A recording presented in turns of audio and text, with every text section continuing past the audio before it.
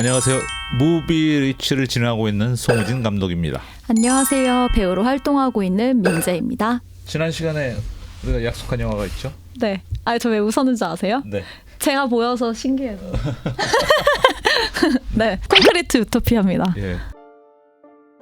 온 세상을 집어삼킨 대지진, 그리고 하루아침에 폐허가 된 서울. 모든 것이 무너졌지만 오직 황궁 아파트 103동만은 그대로입니다. 소문을 들은 외부 생존자들이 황궁 아파트로 몰려들자 입주민들은 천천히 위협을 느끼기 시작합니다.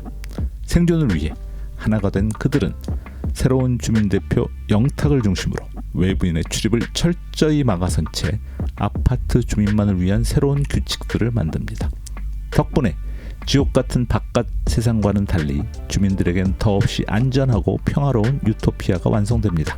하지만 끝이 없는 생존의 위기 속 그들 사이에서도 예상치 못한 갈등들이 드러나기 시작합니다. 아파트는 주민의 것. 영화 콘크리트 유토피아였습니다.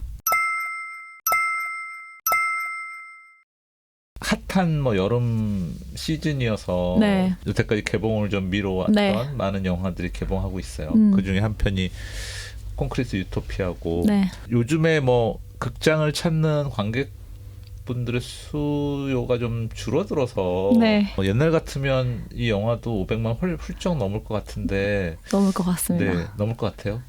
네. 재밌게 봤고 네. 그다음에 한국 영화가 최근에 근데 계속 개봉하긴 했죠. 재난 영화로는 또 굉장히 그래도 오랜만이지 않나요? 그렇죠. 그래서 아마 넘지 않을까. 또 입소문도 좋고. 모르겠네요. 워낙. 네, 300만은 무난히 넘을 것 같고 과연 네. 500만을 넘을 수 있을지 없을지는 좀 네. 가봐야 알 것 같습니다. 네.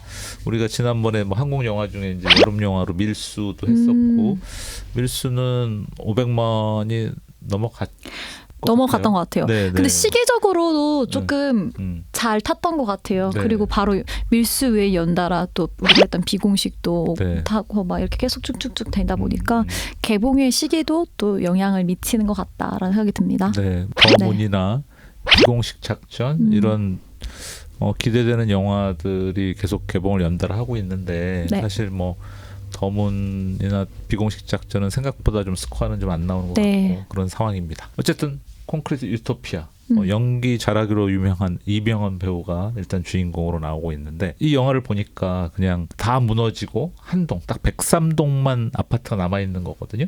거기에 이제 살아가는 인간들의 군상을 그린 영화인데, 이병헌 배우는 그냥 거기서 계속 살고 있던 사람 같이 맞아요. 연기하는 것 같지 않았어요. 네. 근데 그 안에 이제 이해관계가 얽히다 보니까 어떤 일들이 생기냐면 리더가 생기고, 그래서 그 리더에 의해서 규칙이 생기고 질서가 있는데, 그 안에서도 또 계급이 나뉘는 그렇죠. 것처럼. 거기서 또 네. 계급이 나뉘고 또 그걸 반대하는 사람도 생기다 보니까 서로 사랑하지 못하고, 또 이제 이게 극한 또 지점에 이르니까 그런 일들이 분명히 생기는데, 네네. 이때 필요한 하나님 말씀이 있어서 찾아봤는데, 네, 한번 읽어볼까요? 네. 로마서 12장 17절에서 19절 말씀. 아무에게도 악을 악으로 갚지 말고 모든 사람 앞에서 선한 일을 도모하라. 할 수 있거든 너희로는 모든 사람과 더불어 화목하라. 내 사랑하는 자들아, 너희가 친히 원수를 갚지 말고 하나님의 진노하심에 맡기라.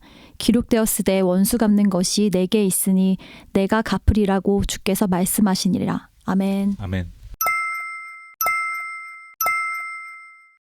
사실 이 103동의 아파트가 그 큰 평수에 좋은 아파트가 아니고, 네.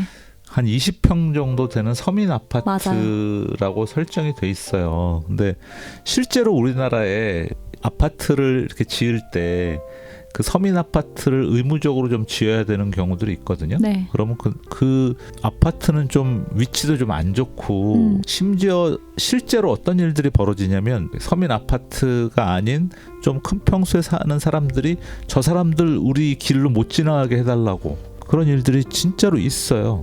실제로 서울에도 있고. 그렇죠. 근데 놀이터도 못 사용하게 하는 게 한동안 이슈가 됐었잖아요. 네. 서민 아파트만 이제 존재하고 나머지는 다 부서져서 그 사람들이 이제 여기 오려고 하니까 우리를 그렇게 무시했던 사람들이기 때문에 그들과 같이 생활할 수 없다는 결론들을 내리잖아요. 맞아요. 같이 동거할 수 없다.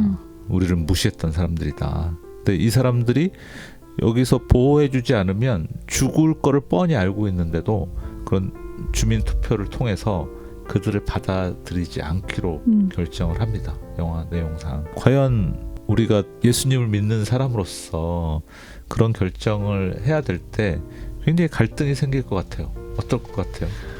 생길 것 같아요. 근데 오늘 말씀 읽은 것처럼 마찬가지로 네. 사실 저희에게는 어떤 판단을 하고 벌을 내릴 그게 없는 거잖아요. 맞아요.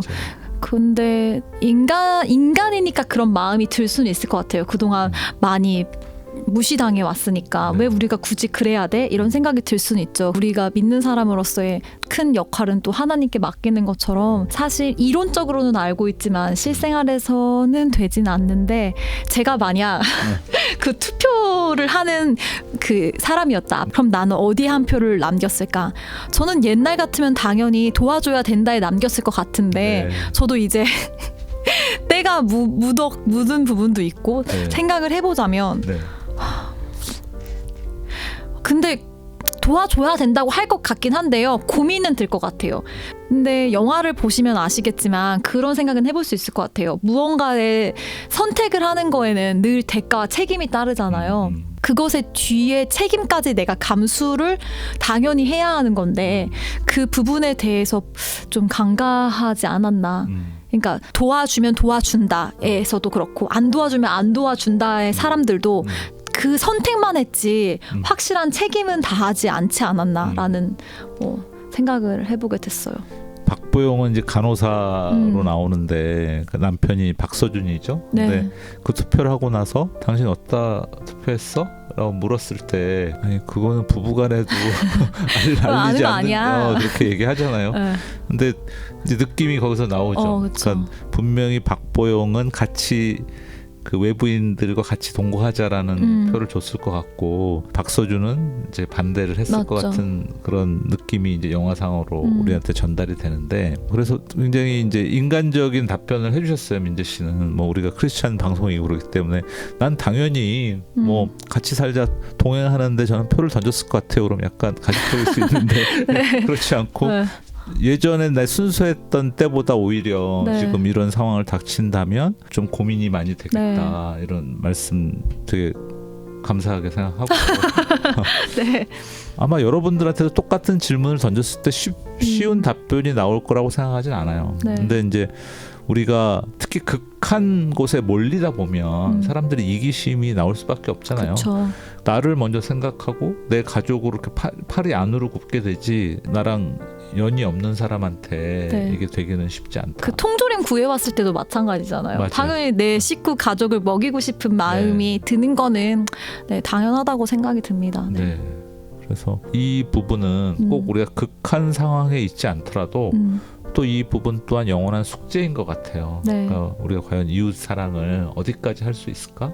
그러니까 내 거를 떼어내서 그러니까 사실은 뭐 교회에서 헌금하는 것도 내가 받은 게 다 하나님 거고 하나님의 일부를 돌려드리는 것이다라는 그 개념으로 헌금을 하는 것과 율법적으로 그렇게 돼 있어서 뭐 11조 떼어내야 돼, 뭐 떼어내야 돼 이렇게 해서 내게 자꾸 이렇게 갉아먹어진다고 생각하면 그거는 기쁨으로 드리는 헌금이 아니라 그건 억지로 드리는 헌금이고 성경에도 써 있죠. 억지로 하지 말라고. 맞아요. 그러면 차라리 안 하는 밥 못하다고 하고 있기 때문에 우리의 인식이 그 감사한 마음, 내가 어떤 소득이 있다면 그거는 하나님 건데 하나님이 나한테 맡기셨다.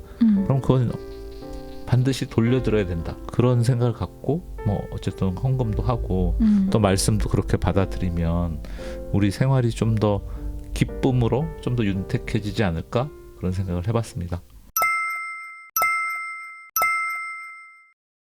자, 우리 다음 주에 무슨 영화 할지는 네. 우리 비밀로 하죠. 그렇습니다. 이번에 너무 다 알려주면 재미없으니까 그렇죠. 네. 기대하시라고. 두둥. 네, 여기서 인사드리도록 하겠습니다. 네. 안녕. 안녕.